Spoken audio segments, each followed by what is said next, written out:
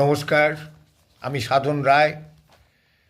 আন্তর্জাতিক বইমেলায় সদ্য প্রকাশিত আমার এক কাব্যগ্রন্থ কথা তুমি কার বার্তা প্রকাশনী থেকে প্রকাশিত হয়েছে। এই বইটি কয়েকটা কবিতার কয়েক লাইন আপনাদের শোনাচ্ছি, কেমন লাগলো জানাবেন। কথা তুমি কার এই এক অন্তরাল কথন, যেখানে প্রেম উচ্চারিত নয় বরং নীরবে উপস্থিত।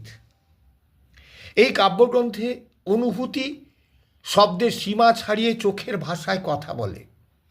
স্বপ্নের আলোয় ভেসে ওঠে মুখ, আর ভালোবাসা হয়ে ওঠে অনন্তের এক অদৃশ্য রং।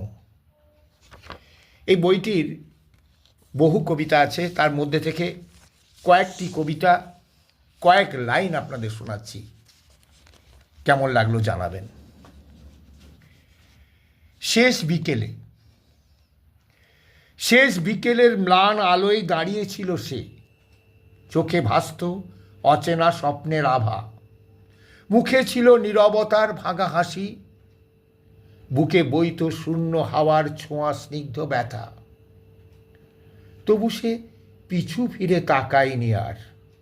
আকাশে তখন সূর্য ঝরাচ্ছিল রোদ, মনের আঙিনায় অনুচ্চ কোলাহল, তবু নিঃশব্দ ঢেউয়ে ভেসে যেত দোদুল্যমান স্রোত। পরের কবিতায় আসছি।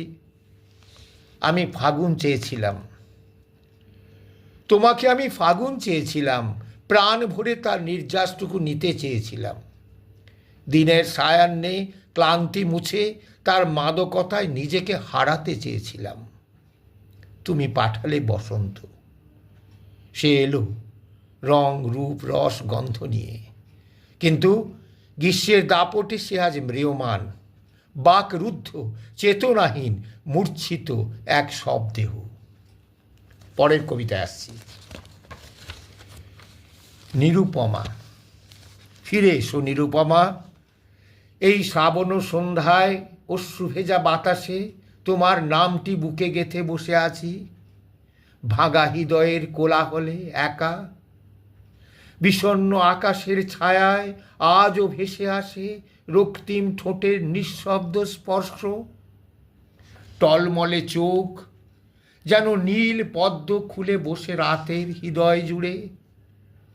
তোমার স্মৃতিরা যেন গোপন নদী, শীতল ও অস্থির, আমার বুক ছুঁয়ে ছুটে চলে চুপি চুপি।